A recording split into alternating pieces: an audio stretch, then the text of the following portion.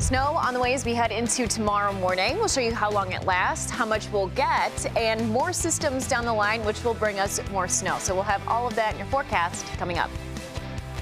You want to know how fun Royal Oak Holidays is? It's your move, Santa Claus.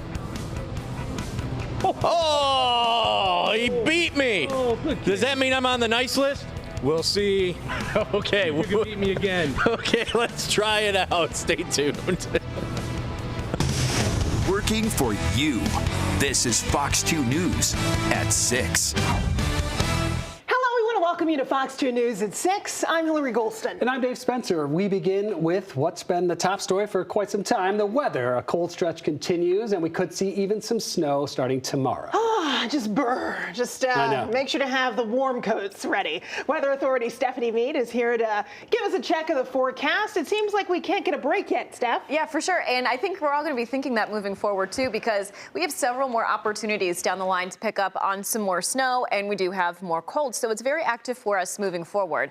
This is a live look over Campus Martius. Very active place right now, very festive. And temperatures today, in the grand scheme of things, weren't all that bad. But moving forward, we do cool off and we do see more snow chances. And here's our next system here across Iowa, southern Minnesota, tracking its way into portions of Wisconsin, Illinois. So we will eventually see this track its way into the state of Michigan. Now, luckily, we don't have any winter weather advisories or alerts out there right now. We have winter weather advisories from southern Wisconsin, northern Illinois, winter storm warnings into Iowa, but we are alert free at the moment. So this isn't going to be a huge issue for us, but if you do have plans tomorrow that take you out and about between 8 and noon, that's when we're going to see the steadiest of snow and possibly seeing some very minor accumulations out of this. This is our Fox Futurecast model. It begins as early as 7 to 8 o'clock in the morning.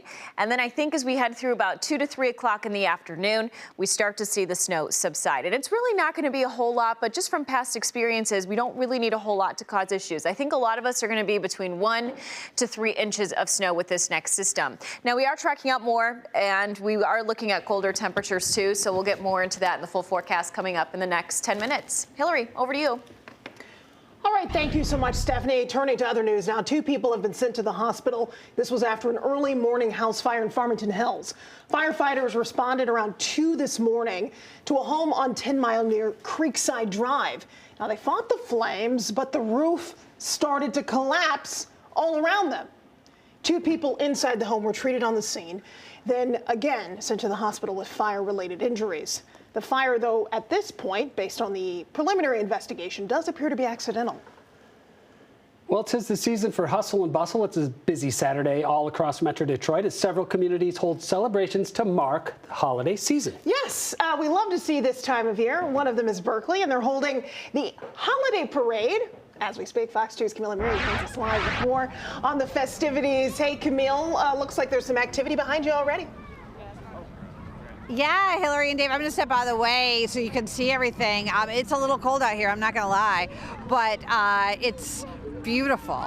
We've got snow on the ground, we've got all kinds of floats, and we've got people throwing candy. I mean, this is like an old-fashioned parade that you typically think of like 4th of July or Labor Day or Memorial Day, but it's Christmas time, it's the holiday season, and people out here are having an absolutely amazing time. People of all ages, they're going to be lighting the Christmas tree after this parade.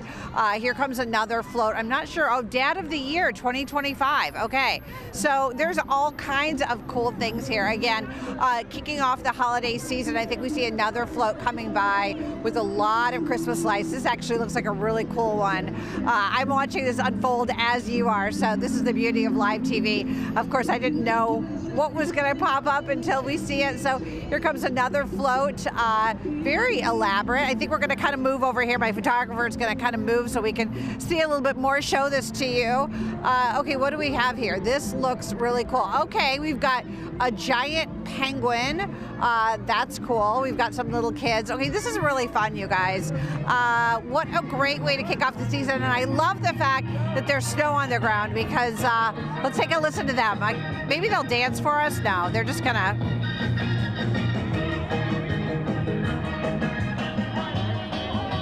Still very, very cool. I think that might actually be the end of this parade. It looks like maybe one or two smaller vehicles behind, but that might be the grand finale. Everyone, of course, moving down the street to light the tree.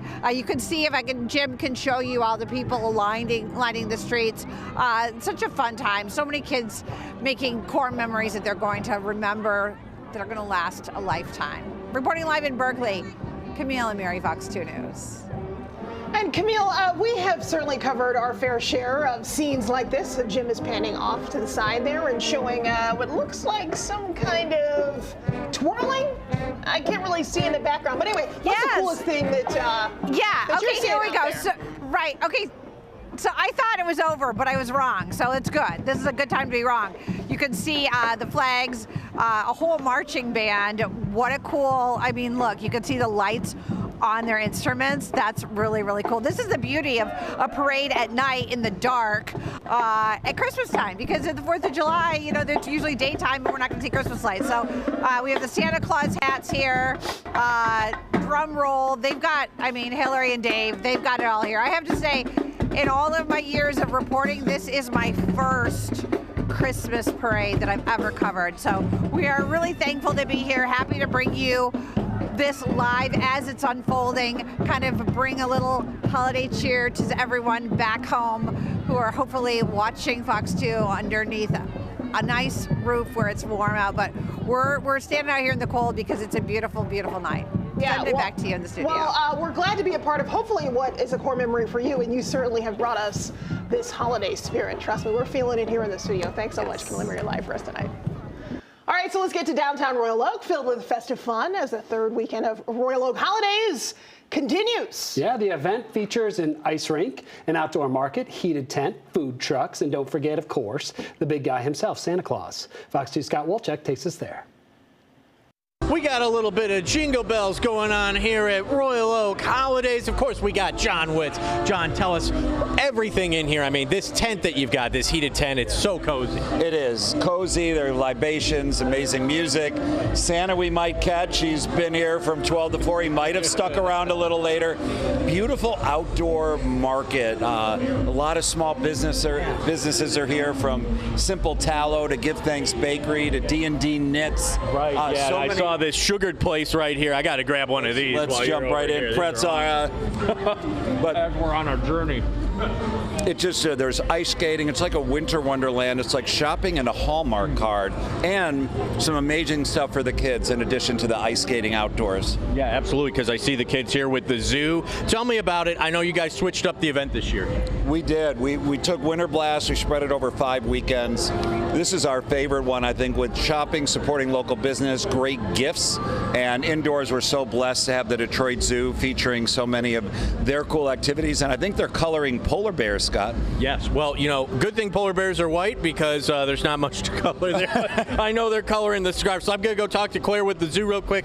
Claire, tell me, how great is it to be at Royal Oak Holidays and having all these kids out here having fun? This is amazing. We love coming out and having opportunities to engage with the community, and this is a perfect spot. Nice and warm in here. Yes, it is. Great opportunity to come out with the family on a weekend. Very nice. Okay, and then we're going to top everything off with Santa. Okay, you got to tell me, Santa, is Charlie Langton, is he going to be on the naughty list or the nice list? He's looking like he might be on the good list this year. Really? It's a nice improvement. Oh, wow, that is a nice improvement. Well, way to go for him. And you know what? You could be on the nice list too. Royal Oak Holidays happening for the next 2 weekends after this, and of course happening all this weekend as well. You know you got to get out here, color one of these cute little polar bears, and have an absolute blast. Reporting in Royal Oak, and hopefully on the nice list, right? Hopefully. Hopefully. There's still some time. You know, I'm doing everything I can. For now, reporting in Royal Oak, Scott Wolchek, Fox 2 News.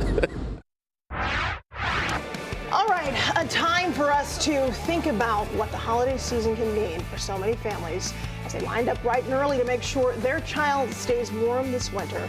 More from the Marshall Mathers Foundation's annual coat giveaway. That's when we come back.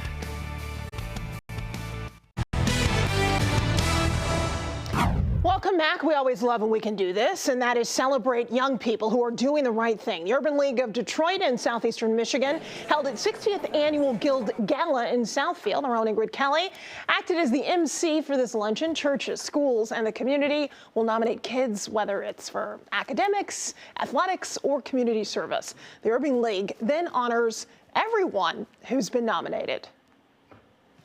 I think a lot of times we see stories about youth and we don't think that they're all positive, but in this case, 96% of young people actually are good kids, and we're just reinforcing positive youth behavior, and that's what Do the Right Thing is all about.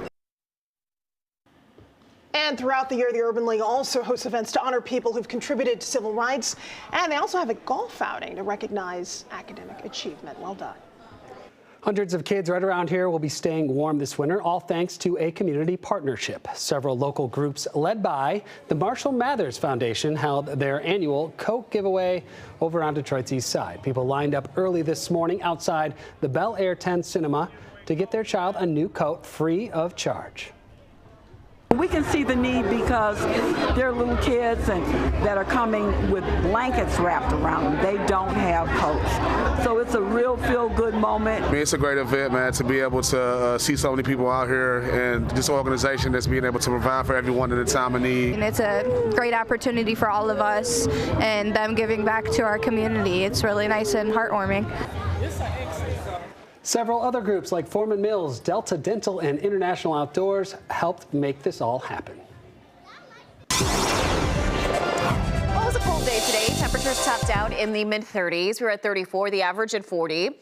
We saw sunset about an hour and 15 minutes ago. That happened at 5:01 p.m. And I think moving forward, we're not going to see a whole lot in terms of sun just because we have several more opportunities to pick up on some snow. 32 in the city right now, 21 in Lansing, or 29 rather in Lansing, 28 in Bad Axe. There isn't a whole lot going on right now across the state, but there's our next system here developing across the Plain States, and that's going to bring in our next opportunity for some snow. Happens as early as 8 o'clock tomorrow morning. Should be out of here, though, by around 5, 6 o'clock. So any evening plans you have, you might be cleaning up a little bit, but you're not going to be dealing with anything actively falling from the sky. And this is going to be the first of several waves of snow we'll see over the course of the next 5 to 7 days. It's not going to give us much, but we really don't need a whole lot in order to create issues out on the roadways, so keep that in mind. About an inch, and there could be a few spots around 2.5 inches of snow by tomorrow evening. Temps tonight will be falling through the 20s. I think we'll bottom out at about 24 degrees. It's going to be a cold one and continuing to remain cold. So highs tomorrow will be near freezing. 27 on Monday, and then we're in the mid-30s by Tuesday with the opportunity for additional snowfall with this too. We're going to have about 2 to 3 more systems here over the course of the next couple of days. Here's that first one Tuesday morning, a little bit of a break Tuesday afternoon. Late Tuesday night into Wednesday, we'll see an additional system here, could possibly give us more of a mix, and then dealing with more snowfall, I think, by the end of next week. Extended forecast, very active for us here. Temperatures will be fluctuating too between the 30s, maybe a few lower 40s, and then we're back to the 20s as we head into next weekend. Hillary, over to you. All right, thanks, Steph. Still ahead, a possible shakeup over who controls Congress. This is making big national headlines. More House members than usual are headed for the exit after 2026. What could this mean for House leadership? We'll explain when we come back. To Washington, where an apparent mass exodus in Congress may shed some light on which party could win next year's midterms. Yeah, the number of House members not running for re-election is outpacing previous years. You've probably heard about this. Fox's Chad Pergram explains what the implications are. Escape from Capitol Hill. More than 40 House members retiring, potentially risking the GOP's slim majority. I'll be resigning from office with my last day being January 5th, 2026. The place is tough. This is a tough place to work. It is clearly a more difficult environment to work in today than it was 7 years ago. Retirements can serve as a political barometer for the next election. Nearly 1 in 10 House members cashing in their voting cards. Most are Republicans. The 44 retirements outpaces the 36 who announced retirement plans at this point in 2023. But at least one Republican says, good riddance. They need to grow up. If they don't want to serve, get the hell out. The glacial pace of lawmaking helped spur the congressional jailbreak. It's hard to get something done. This time, members say toxicity and internal GOP discord are factors. Marjorie Taylor Greene is fighting with the House Republican Conference. Corey Mills is fighting with Nancy Mace. Nancy Mace is fighting with Mike Johnson. Mike Johnson is fighting with Elise Stefanik. Stefanik feuded publicly with Johnson over the defense bill, posting on X, quote, "just more lies from the speaker." Johnson says he quashed the quarrel after they spoke. So we had some intense fellowship about that, right? But it's all worked out. Texas and California redistricting also contributing to lawmaker angst. They've chopped my district into 6 different pieces. So I'm talking with my constituents about what the best path forward is. California Republican Darrell Issa mulled running for a seat in Texas. But Issa now says, despite the uncertainty, he will run in a new district in California. On Capitol Hill, Chad Pergram, Fox News. The party began in Kalamazoo. Western Michigan MAC champions in 2025. All right, it's been a while, but it is a great day to be a Bronco. Western Michigan football has won the MAC championship. Western Michigan defeated Miami, Ohio this afternoon at Ford Field. The final score, the Broncos 23, the Redhawks 13. This is Western's first conference title in football in 9 years. How about that, Woody? Oh, it's fantastic, Dave. But you know what? I got a complaint because you're obviously stealing my stories. What are you doing here, man? Come on. Michigan Wolverines on the court to take on Rutgers. We'll see if the Maize and Blue can remain undefeated. Then it's off to East Lansing, where Michigan State was also trying to remain spotless. But would that be possible against the Blue Devils of Duke? I'm Woody Woodruff. We'll all go to East Lansing up next in sports. Start with college basketball. Number 8, Michigan State at home to take on Duke. Both teams came into the matchup undefeated, and that made for a very exciting afternoon as this one was tight all the way through. Let's go courtside in East Lansing. MSU with a 3-point lead at the half, but then the Spartans started to extend. Jeremy Fears Jr. throws it up to Carson Cooper for the jam. He finished with a team-high 16. MSU up 5. Then later in the half, check out the ball movement. Cohen Carr to Cooper, who goes between the legs to Divine Oguchukwu, who finds Jordan Scott for the 3. MSU back up 5, but the Blue Devils came to play. Cameron Boozer, who only had 2 points in the opening half, drains the 3 to tie the game at 45. He finished with a game-high 18. 4 minutes to go. Michigan State up by 1. Boozer gives it to Isaiah Evans, who will step up and hit this deep 3. Duke up by 2, while MSU went cold under some serious zone pressure by the Blue Devils. Under 30 seconds to go. Blue Devils up 3, looking for the dagger, and Caleb Foster delivers. He gets the 3 to fall. Duke wins at 66-60. The Blue Devils are now 3-0 all-time at the Breslin Center. Jeremy Fears had 13 assists, but just 6 points for the game after going 0 for 10 from the field, and that's not good. Here's MSU head coach Tom Izzo. I don't feel very good about what happened today. I didn't like the way we did some things that are staples of our program. I have a lot of respect for John and the job he's done, and it's why we can't beat him. He always has a superstar that he can go to, and he had 2 points the first half and 16 the second half. It was Boozer and Foster, and Evans made the big 3 and the 3-point, the foul shot that we had gone over and over and over and over, because that's how they beat Florida the other day. So that falls on me. Not doing a good enough job, because you can go over and over and over it, and if it doesn't get done, I got good kids. It's probably my fault. So the Spartans fall from the ranks of the unbeaten, but might the 7-0 Michigan Wolverines face a similar fate against Rutgers? To Chrysler Center we go, where the 3rd-ranked Wolverines made it look very easy. Morez Johnson taking a lead role in this one. Look at him elevate for the deep 3 at 15 in the first half, but as the Wolverines built themselves a very big lead. Michigan working from outside as well as inside. Check out the give to Andy Mara for the jam. The Maize and Blue running wild in front of the home fans, and everyone was making a contribution. A loose ball off the shot, but Roddy Gale gets to the rim for the putback. Michigan had a 25-point lead at the half, and they cruised from there, remaining undefeated thanks to the victory over the Scarlet Knights of Rutgers. The Detroit Titans also on the court, on the road against Cleveland State, and getting major contributions from TJ Nadeau. The sophomore from South Lyon was in the zone, first a deep 3, and then check out TJ taking his man off the dribble and then pulling up in the lane for the deuce. This was smooth. Detroit by 5 at the half, and they kept the pressure on in the second half. Nadeau again, this time off the inbounds play for the bucket. TJ Nadeau finished with a career-high 26 as the Detroit Titans go on the road and grab a big win over the Vikings of Cleveland State, 71-59 the final. Head coach Greg Kampe and his Oakland University Golden Grizzlies at the Arena to battle the Toledo Rockets. And battle is the right word. 2.5 left in the game when Brody Robinson steps up from beyond the three-point arc and cans it. Oakland by 1. Now Toledo took the lead back. But here come the Golden Grizzlies again. Zaire Wells scans the court, then decides to drive himself all the way to the hoop for the lay-in.